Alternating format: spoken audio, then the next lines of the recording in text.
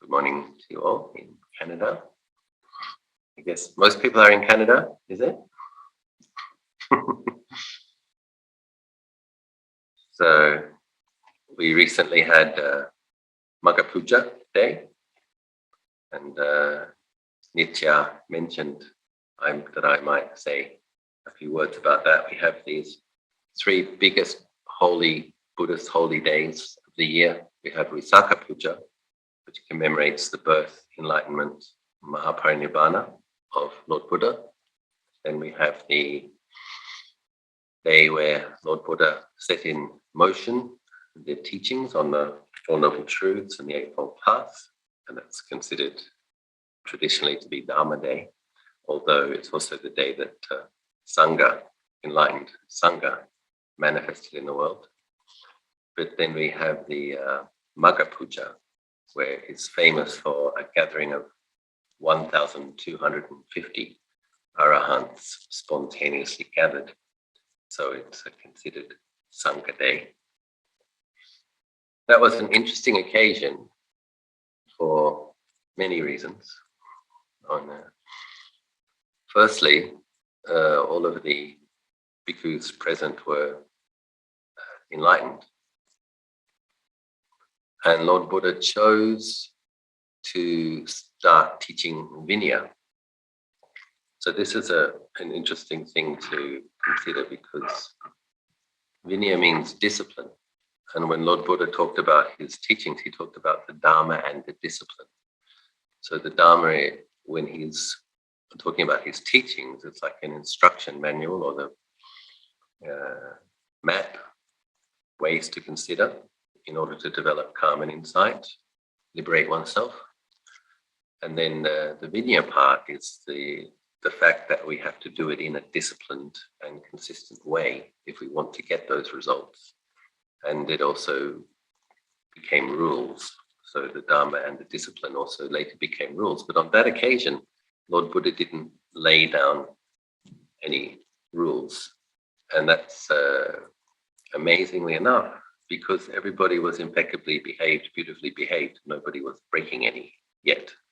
So this was in the very early days. And the bhikkhus on that occasion were considered what was called ehi bhikkhus. Ehi bhikkhu translates as come bhikkhu. So when, and these were all ordained by Lord Buddha himself, I believe. So they were, yes, like diamonds of the highest water. And so and it was teachings on, I'm going to talk a little bit about karma later as well, but teachings on karma always, in the Buddhist context, always go hand in hand with teachings on rebirth. So karma actually only makes sense if there were previous births. And in that regard, that all of these monks should be so perfectly behaved and perfectly realized becomes possible because of a strong karmic affinity with Lord Buddha built in previous lives, so that one would be able to assume, I would say, that they've all been either monks or nuns before, and very well behaved ones, and they came for a last life to become enlightened under this teaching Buddha. So several principles about the middle way, essentially. Like basically it's not to overeat, not to oversleep. That's very important also. Lumpur Cha, one of his most frequent teachings was anybody who really wants to grow in this Dharma and discipline, eat little, sleep little, talk little, and meditate a lot. That was his instructions.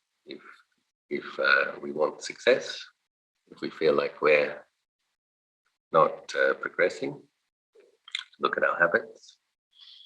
And that actually means the right amount. So most people tend to overdo it.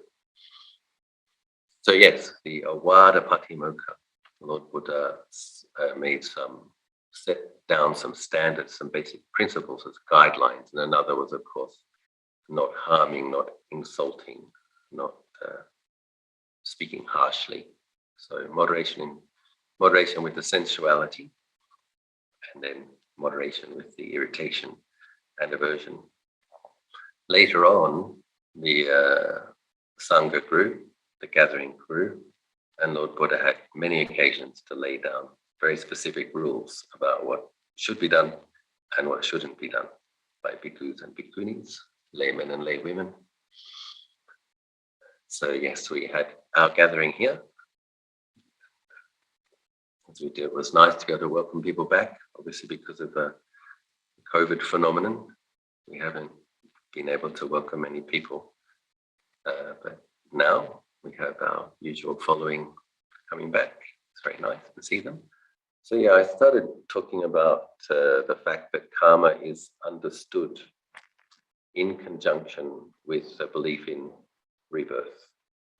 And that means past lives and future lives. It's some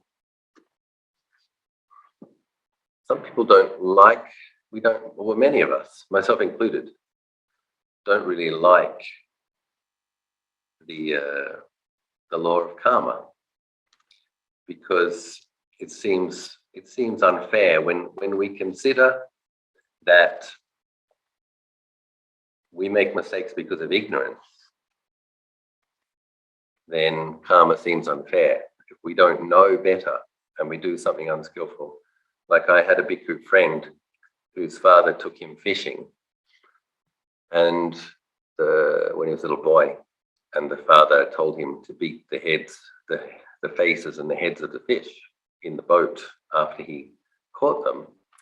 And the little boy, with his intuitive wisdom, asked, Dad, does this hurt the fish?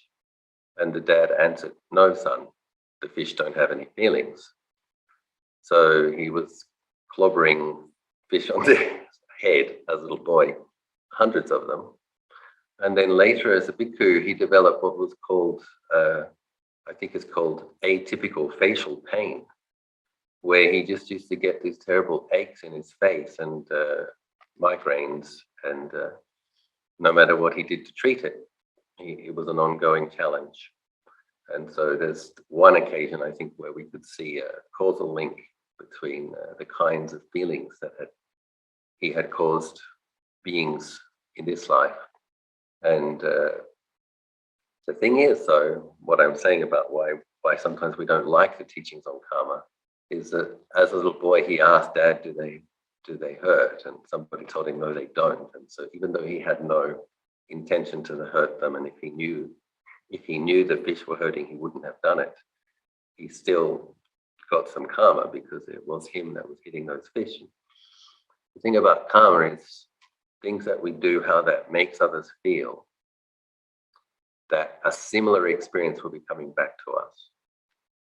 If we have a strong intention, a greedy intention, or a malevolent and angry intention, that makes the karma even heavier. But karma is also produced when we don't know we're producing karma. And the thing about laws is, sometimes we have discussions about karma and people kind of partially believe it, because I think we all don't like it when bad things happen to nice people. None of us like that. So just a couple of days ago, there's a lady in her 70s who went to offer flowers to Tanajan Jayasaro at the Patimokkha, the monk's recitation of rules. And she took 2 flower garlands that she'd she'd strung the flowers together herself, these beautiful garlands. She wanted to offer it to her teacher on this most holy day. So she's in the back seat of a pickup truck. So she's leaning in, putting these flowers on a tray. And there's only 2 cars, and it's in the middle of a field, and it's a very peaceful scene. And another pickup truck backs into the door where she's standing with her legs hanging out and crushes her. I mean, she's okay. Just before I finish the story, she is okay.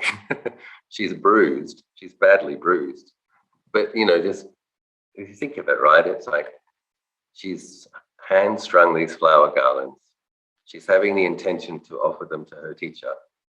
And a car backs into her car when there really is no good reason for it, and she has to go and get scans and x-rays and spend the night in hospital to see if there's any internal bleeding or broken bones. It's just, yeah, nobody likes that. But I do believe, and she believes, that there's a karmic cause. And one thing that stands out for myself, very, very obvious, is after I built the Chedi here at Anandagiri, I was involved in building a 23-meter tall stupa, which contains relics. And it's kind of a folk belief in northeast Thailand that if a senior monk leads a project which is significant merit, then that monk should leave that monastery for 6 months after he finishes the project, because it just became a recognized habit that something would happen to them if they didn't go away. It's like when you make an enormous amount of good karma in a hurry, it kind of stirs up some of the bad karmas. And there are beings who don't wish us well in parallel realms. I simply believe that as a matter of fact. I don't require that you believe that, but I'm just sharing with you what I believe and what traditionally Buddhists believe. So when we're making a lot of good karma, the beings who we've upset in parallel realms who don't like us, they don't want us to succeed. They don't want us to make a lot of merit and get happier and happier and go to heaven and nibbana. They would like us to suffer like we made them suffer. This is the kilesa of grudge holding. You hold a grudge and you add ill will to it. You want people to feel the same pain they caused you, or worse. Unfortunately, some beings do that. We also have beings in parallel realms who we've made good karma with, who wish us well and try to help us. So not everybody believes that, but I do. We all have a few demons scratching at our feet and a few angels swirling around our heads. It's like that conversation. Do this, don't do that, do this, do that. The good guys and the bad guys. So anyway, I built this Chedi, but I had to come back from India. Very happy to be going back to India and practicing a lot of meditation after a busy period, but I had to come back to do a visa renewal. And then I popped into Anandagiri to see that the senior monk who was taking care of things for me was doing okay. And so I remember the occasion was I was walking past the Chedi. I was looking at the parasol on top of it, glinting in the afternoon sun. I had some prayer beads that I was moving in my fingers. So I was within the radius of the stupa. I was looking at the top of the stupa. I was reciting the syllables Buddho, and I literally thought to myself, I'm going to put the things in my hands down at my kuti. I'm going to come back and walk meditation next to the Chedi.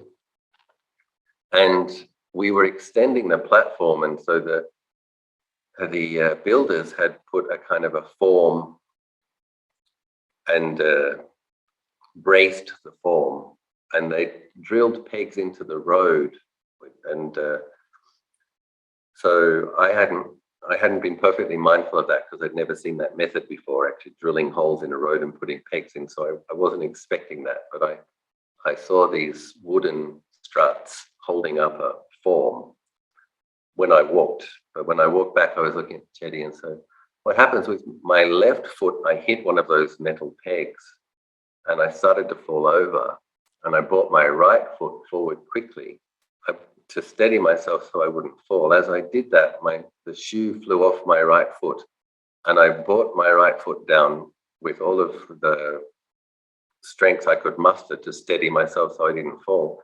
And I skewered my right foot on top of a rusty corrugated iron rod. And it went in 2 centimeters deep and hit the bone.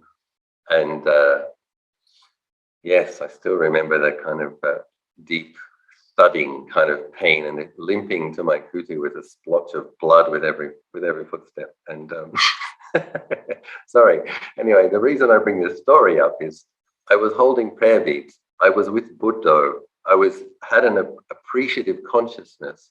I was intending next to do something wholesome, and I still managed to injure myself.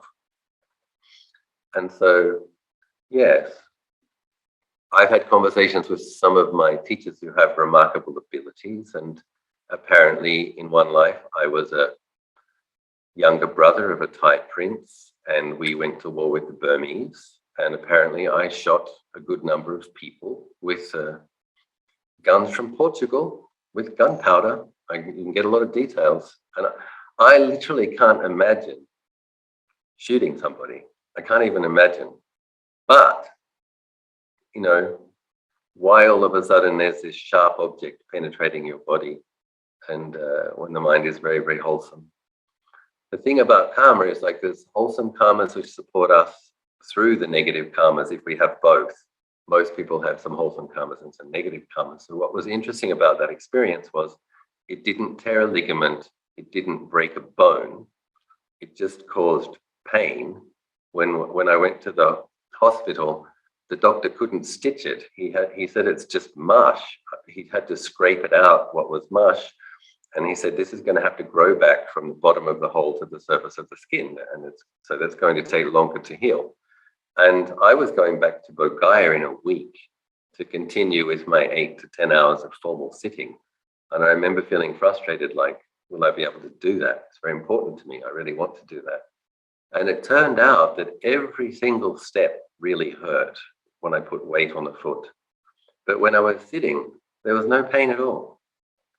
So it was just an interesting confluence of circumstances where there was, yes, more pain to deal with, yes, an injury, and I could continue with my plans as they were. And so it was interesting. And for myself, it's like, yeah, for that to have happened, there has to be karma in a past life, particularly potent karma related to penetrating flesh and causing blood to flow. So yes. But the thing about karma is, like, that sense of it being unfair. This is a very deep and profound and important contemplation. It's important to understand that there isn't a creator God sitting in judgment, being fair or unfair. There's just the karma of what you did, knowingly or unknowingly, playing itself out. That's just the rules, and nobody made them up. It's the law of nature, but no being designed the game. Nobody's in control of it. We need to understand it's just the situation that we're in. So there's no point blaming any gods. There's no point even blaming the past lives. What we have to do is we have to recognize that it's the most powerful force in the conditioned universe, karma is. So what we need to do is we need to understand it, and then we need to start energetically working with it. We need to study what's good karma, what's bad karma, because good karma is going to bring auspicious, helpful, fortuitous circumstances to us so that we can continue in our practice. And bad karma is going to cause us pain and frustration and cause obstacles to arise. So sometimes I think it's quite common in the West that sometimes Western Buddhists don't like seeing people doing things for the sake of making merit, because they think it's affected by greed, and one should only do things with the purest of motivations. But the problem is we're not pure yet. We don't always have the purest of motivations. And good karma is good karma. And Lord Buddha himself says, never criticize anybody who does something simply for the sake of making merit. And then he finished that statement with some very interesting words. He said, because merit is synonymous with happiness. So all of those who hope to be happy, we need to get interested in merit. And it's okay to do things for the sake of making merit. If we have pure altruistic intentions and do things for goodness' sake, only, then that's going to produce even more good karma. We don't do it with that intention. But if the intention is purer and if the motivation is more altruistic, then it's more merit, whether you want the merit or not. And it's an interesting thing about when we share merit, dedicate merit. One needn't think that when we share merit and dedicate merit that we won't have any left, that we've given it away. It's the act of sharing merit is actually like a merit multiplier, because it's like you've just given something away again, something more subtle. You're sharing some happiness, some contentment, some well-being, radiating it out from your being, intending to give it to others. But you instantly feel happy to have done that, and you've actually multiplied the merit. The thing about understanding karma is that it's important to understand that the Eightfold Path is a karmic path. What we're doing with the Eightfold Path, right view, right speech, right action, right livelihood, all of those factors, right mindfulness, right concentration, all of those things, we have the intention to cultivate them, and we do cultivate them. This is all producing the most auspicious merit. And that auspicious merit ripens as meeting good teachers, meeting opportunities to listen to Dhamma, having opportunities to practice. And then as we meditate, the merit that meditation itself produces and wise reflection, chanting, listening to Dhamma, all of these things, is actually bringing to fruition the ripening of the causes to have deeper samadhi, deeper insights, temporary liberations, glimpsing nibbana. So karma is a condition. The Eightfold Paths are conditions, but those are the conditions that lead us to the unconditioned. But we need to work with the law. That's Dhamma. Dhamma, another way of understanding Dhamma is natural laws. We have to work with the way nature is. We have to understand the nature of the world, the nature of conditions, and we have to work with them skillfully, because that is what leads us to the unconditioned. I hope that makes some sense.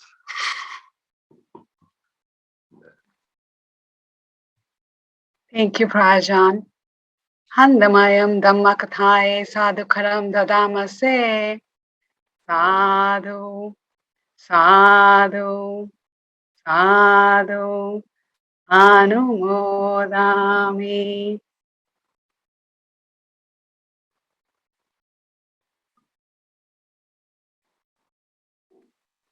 Thank you, Prajan. Now we have some time for question and answers. If you have any questions, please type them on the chat and I will ask Prajan on your behalf.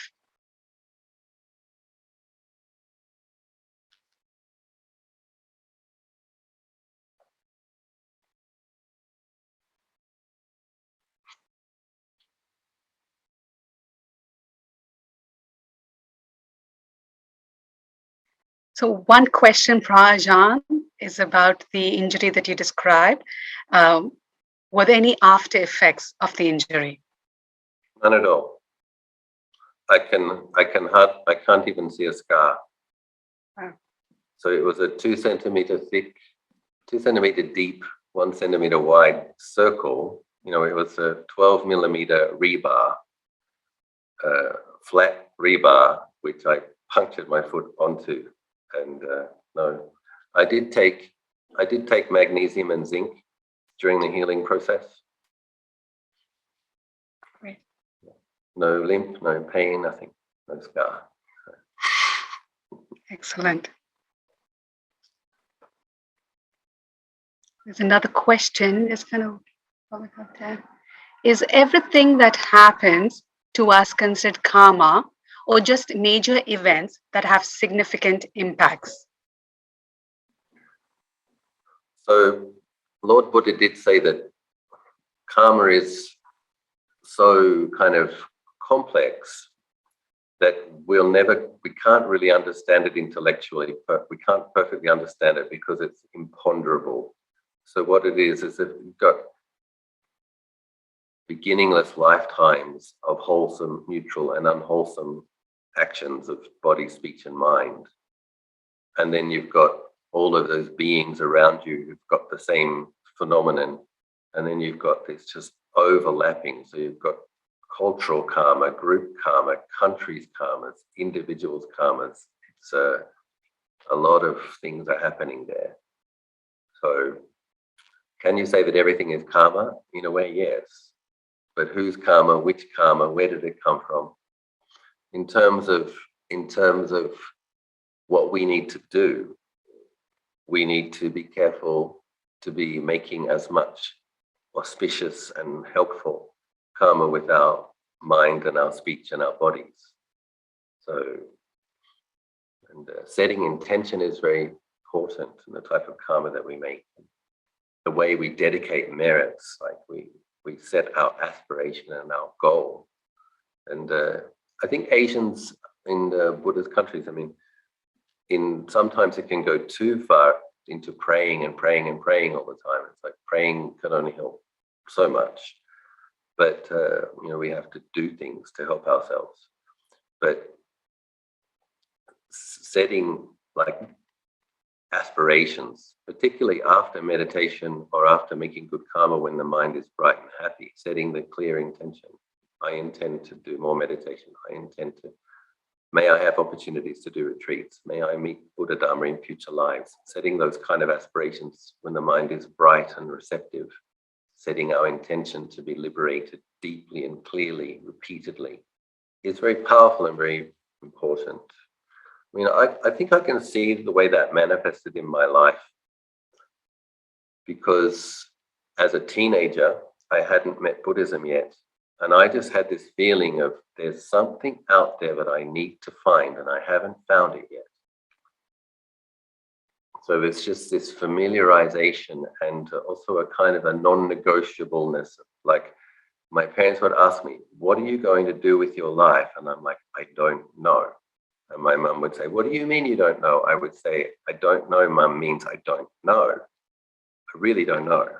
And it's like, so I washed dishes, I waited tables, I made espressos, and until I did the Goenka retreat, I had the opportunity to go to university. I didn't go because I had a strong intuition. This isn't for me. This isn't the right path.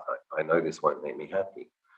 And then I did the Goenka, the Vipassana retreat, and I changed my life. I became a meditator. I came to Thailand. I lived in meditation centers, and I found my way back to the Dhamma.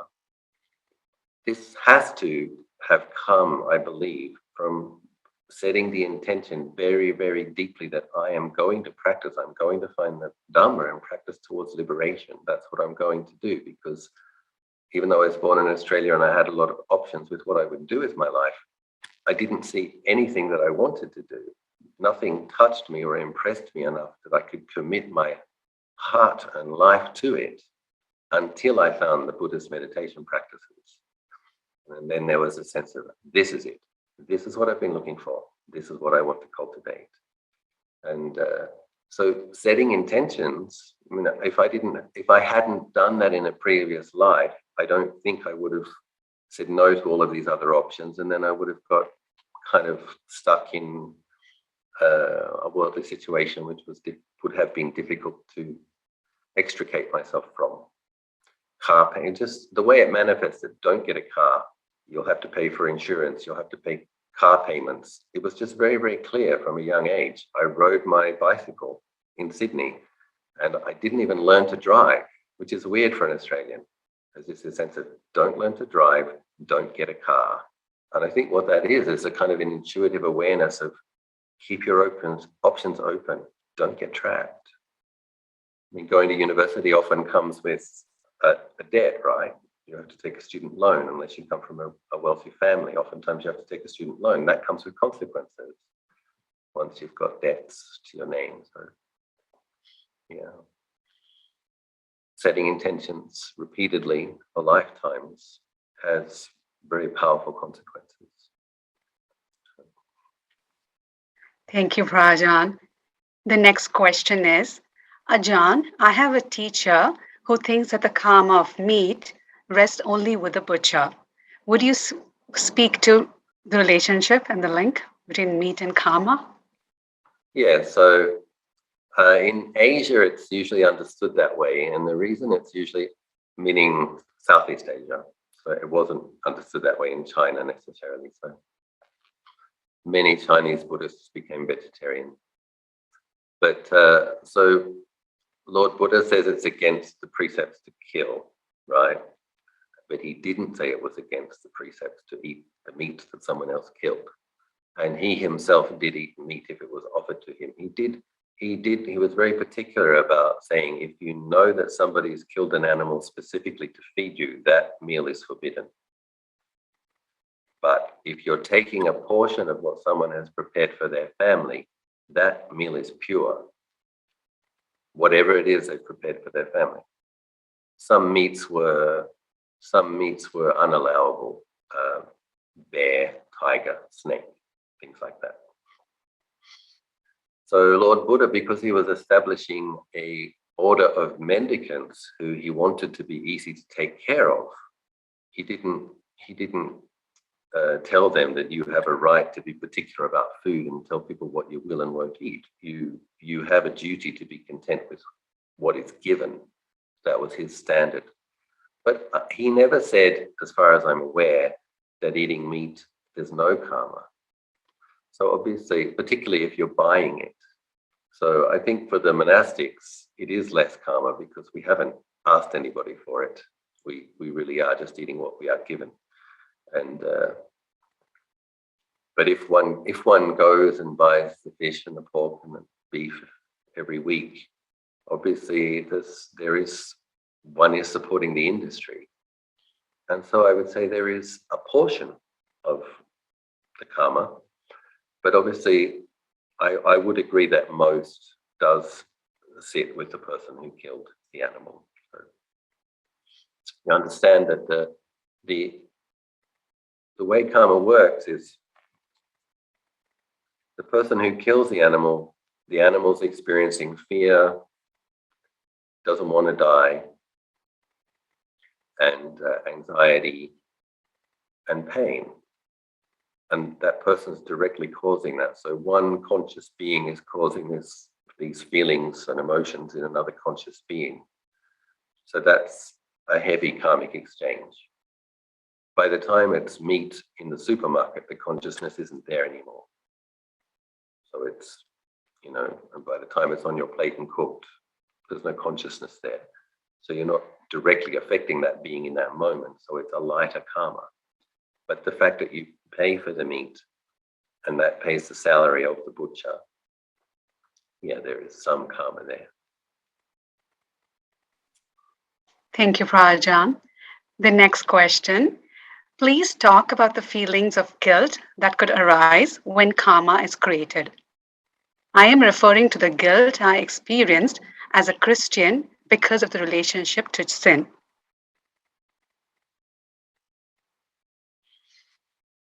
Yes. I mean, it's a heavy trip, isn't it? Jesus died because of your sins. Jesus, the only Son of God. I don't want to be too critical of Christianity, obviously. But I remember hearing these teachings as a young boy. If Jesus is the only Son of God, and God created everything, well, who am I and what am I? Whose son am I? There was just this sense of, at that time there were 5 billion humans, and God created everybody, apparently. So where does his only son business come from? I didn't understand it. So I came home and I said to my father, Dad, why aren't I God's son if he created everything? Why did he only have one son? And my dad said some not very nice things about Christianity, and he wrote a note that stopped me from having to attend Christian classes anymore. So I was one of 3 people in the library. I was with the Jehovah's Witness and the and the Hindu and the Muslim, 3 people, and myself, my twin brother, and my younger brother, reading Roald Dahl fiction books instead of receiving teachings on religion. So yeah, it is heavy. And my dad, he said, no, you don't need that in your life. He didn't want us to have a guilt trip. And one has to address wrong views. So one has to look at one's beliefs and challenge them. And if something doesn't make sense to you, then stop believing it. So you have to look at, what is it? What am I believing here? Is it a reasonable assumption? Is it a reasonable belief? And if it isn't, you have to start challenging it. You have to start saying to yourself, just don't believe that anymore. And obviously metta, the Buddhists, you put these in contrast, these 2 belief systems. Like, I do believe it is possible to be a Christian who practices and gets good results in their practice and becomes a beautiful person who goes to heaven. I do believe that's possible. But I think they have a much harder path than we have, because we start with original sin, something's wrong, and then God's son died for you. That's a heavy trip. But if you repent and if you pray, you can be delivered to heaven. But I think if a person develops love for Jesus Christ, there is such a thing as like the Christ energy, and a person becomes like Christ in their benevolence and kindness, then it's quite possible to be a happy Christian. But anyway, we're Buddhists, and we start with a different assumption. We start with the assumption that the mind at its root is essentially good. That's a fact. Kilesa, ignorance and delusion obscure that, but the base of it is goodness. And the Buddha demonstrates to us, through his realizing his ultimate potential, he demonstrates to us our potential. So there's no tyrant in the sky judging you, threatening to throw you in eternal damnation. There's a being who's realized their fullest potential, looking at you, smiling and saying, you too can do this. We're very lucky. Among religions, Buddhists are fortunate because we have a very good, and then of course we have greed, hatred and delusion. We have to do something about that. But we are given the instructions of, we can do it. We can weaken it and then uproot it. We have the instructions about how to do that. So in Buddhism, when somebody does something under the power of greed, hatred and delusion, the appropriate response is compassion, because being afflicted by greed, hatred and delusion is painful. And the unskillful things that we do while being afflicted by greed, hatred and delusion are going to bring more painful consequences in the future as well. So we understand that that's a situation that deserves compassion.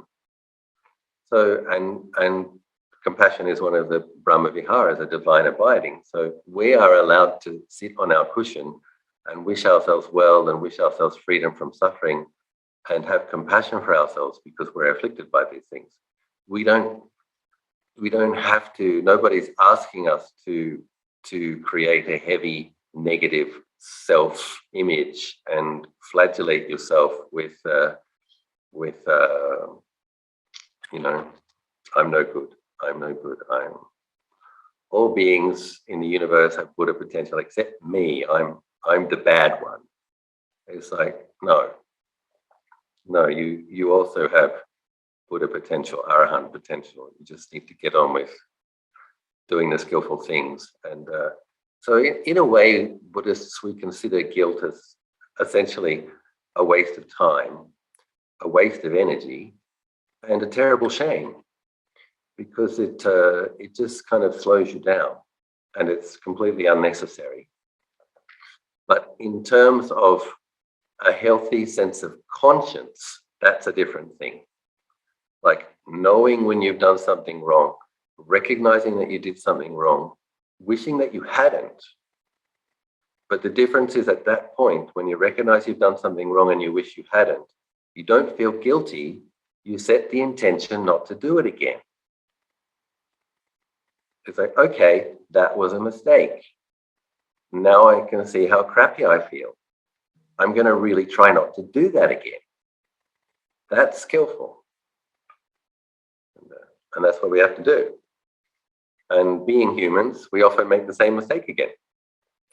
But that's worthy of compassion, isn't it? It's like, wow, I even know that this is wrong. I even know that I feel bad when I do it, and I did it again. It's like, okay, that's worthy of compassion. And the other thing is like understanding that that's the experience of 7 billion other human beings as well.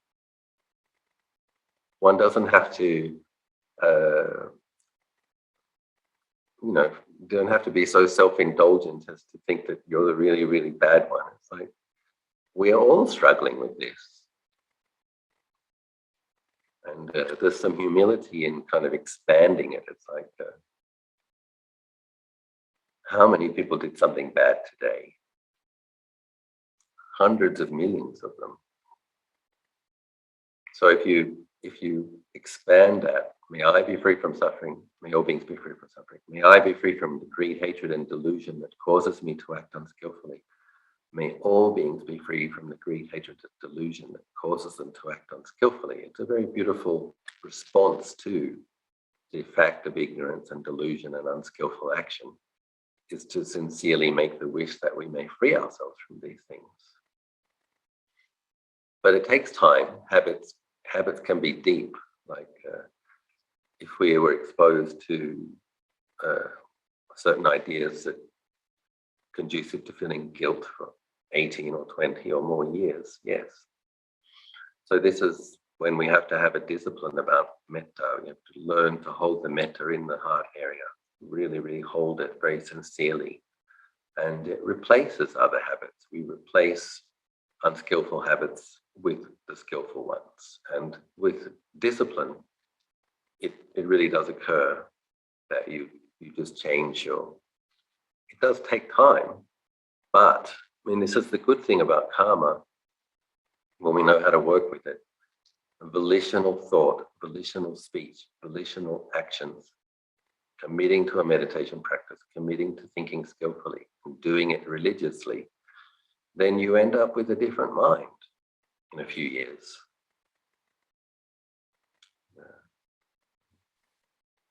Thank you, Prajan. The next question is, can you kindly talk about mudita practice? I'm visualizing Brahmas and using their words, what bliss, to celebrate their good fortune. Are there any flaws or are there any ways to improve my practice? Please point out any blind spots. So, mudita practice, when whatever beings are experiencing the results of good karma, the mudita practice is simply to be happy for them. So it's not just Brahma Devas. That means anybody who has health, anybody who is attractive, anybody who has some abundance. Whenever we see this, it's a training in just being happy for them. Being happy for them as they experience the wholesome consequences of their past good actions. And then similarly, when people have good opportunities, whatever those opportunities are, so people get accepted to the university or get the good job or get the promotion or whatever it is that they aspired for, if they get it, then if they're experiencing happiness, then we're happy for them. And His Holiness the Dalai Lama, speaking in praise of mudita practice, he said, mudita practice increases your chance of happiness by 7 billion. It's like, any human being that's experiencing happiness, you can be happy for them. It's just a beautiful way of one way of looking at things, and one of our tools. And yes, there are realms of Brahma Devas who are experiencing the 4 Brahma Vihara states. So probably some of them are more metta based, some of them are more compassion based, some of them are more mudita based, whatever practice that led them to that state. And then they have a lifetime of a very long lifetime of absorbing into samadhi based on that very utterly wholesome mind state. I think the danger, of course, is or the thing to be mindful of is that these samatha practices are a foundation for developing insight. So one has to be aware that one is indulging self-view and self and other, concepts of self and other.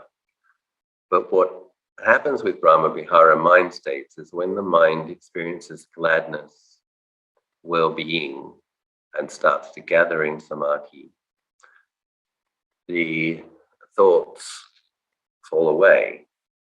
So at that point, there's no thoughts of self and other when the mind absorbs in a pure metta or a pure compassion or a pure mudita. There's just that altruistic, wholesome, divine emotion and samadhi. So, but one has to contemplate not self. So they're complementary. The samatha practice is good for well-being and for supporting the process of developing insight. And then we have to then use the foundation of well-being and some collectiveness that we gain from that practice to actually contemplate not self or anicca. So it says in the Visuddhimagga, and I asked Sanajana Nan as well, particularly about metta practice, can one get liberated through practicing metta? And one can, apparently. But the way it's described is that when the mind absorbs into the samadhi, absorbs into the jhana of pure loving kindness, when it comes out of that state, the mindfulness and clear comprehension is sharp and clear enough to notice the changing. The mind has come out of the jhanic state. The mind is in the neighborhood concentration state. The mind has come out of the neighborhood concentration state. And it's an insight into the impermanence of metta jhana. So it starts with, may I be well, may I be happy. May all beings be well, may all beings be happy. Boundless loving kindness filling the universe. That started with, may I be well, may I be happy. May all beings be well, may all beings be happy. But the mindfulness and the clear comprehension is there, noticing peacefulness as the object, very blissful. Then noticing a little bit less peacefulness, a little bit more coarse mind state. The mind has moved. The texture of the quality of the mind has changed. And then noticing that with great clarity, the practitioner can attain to stream entry and subsequent paths and fruits. So most of us aren't at that level where we're noticing the arising and ceasing, coming in and coming out of jhanic states. But we can contemplate not self as a balance. A great way to do it is read the Anatta Lakkhana Sutta in English, chant it in Pali, and just become familiar with these words and these verses that form is not self, the feelings are not self, the consciousness is not self, the eyes, the ears, the nose, the tongue is not self, it's not self, it's not self. One just keeps dripping those wisdom thoughts and perceptions into consciousness.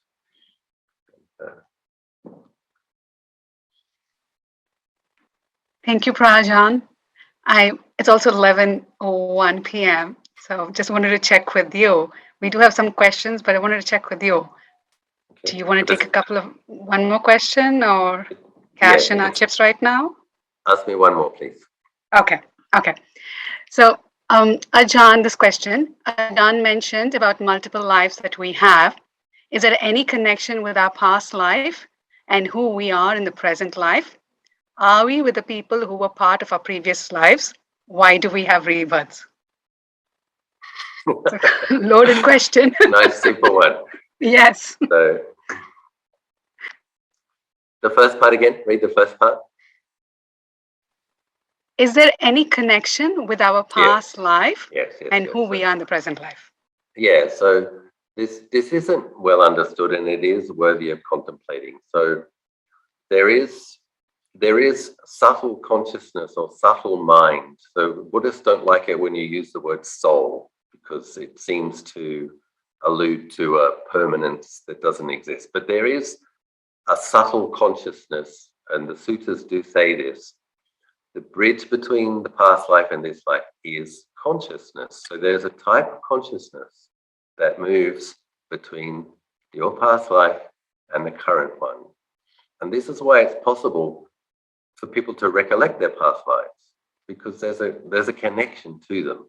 In this mind has a connection with those past lives. So if Ajahn actually develops enough samadhi and enough right mindfulness, I can retrieve the files from that lifetime, 5, 10, 50, 500, 50,000 lives ago. But obviously I'm going to need remarkable spiritual powers to be able to do it. But it is possible because the files are there. There's a connection between the consciousness of this being and those beings. And yes, is there a karmic connection between the beings around us? At least some of them. Yes. As something like parents, of course. To have parents, there's got to be a significant connection to be ending up in a person's womb and living inside them for 9 months. There's got to be some connections there. And but we're connected through wholesome deeds, neutral deeds, and unwholesome deeds. And yeah, I have a twin brother who. Don't worry, there's no danger that he's going to listen to one of my Dhamma talks. But I have a twin brother who he seemed to be kind of envious and jealous and resentful, like literally from birth. And I suspect that might have been why we had to share the same room. It was a kind of a negative attachment, a kind of an obsession with being competitive and jealous or resentful. It's like when you're obsessed with something, it's a kind of an attachment. So that very attachment probably brought us into the same womb. And we'd be sharing a bedroom as children, and he just didn't like to talk to me. He just didn't like me. And I was a pretty nice little boy, as I'm sure you could all understand. And but my younger brother loved me.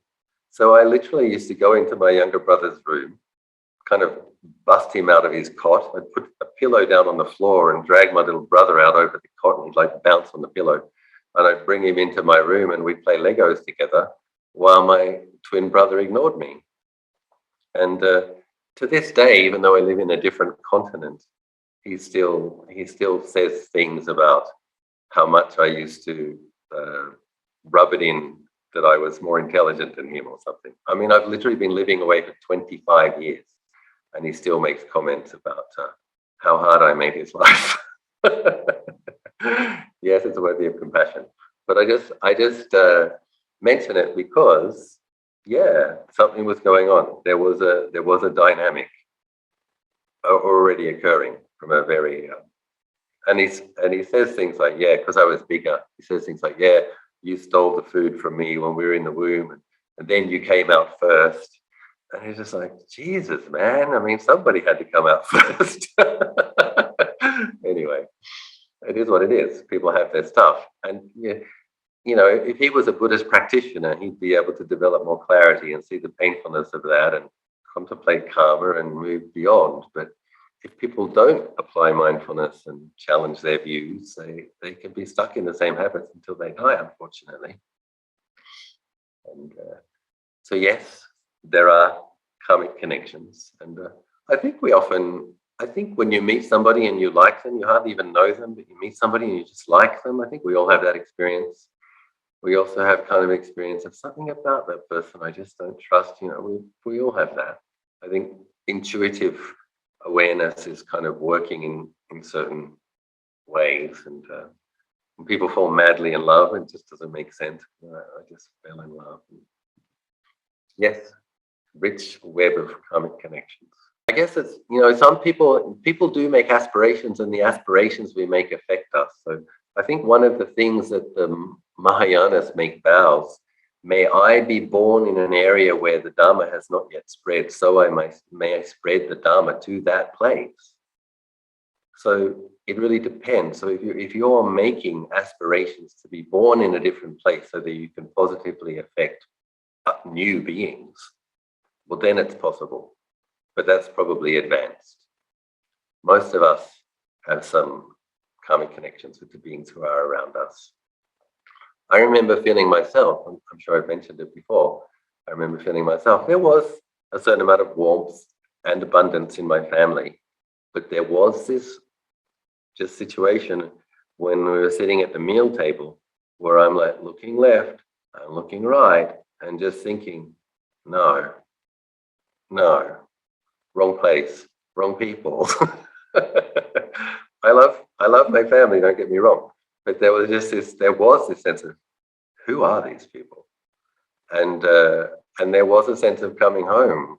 The first time I came to Thailand, it was my first trip overseas. I stayed 9 months. So, now I'm a Thai citizen.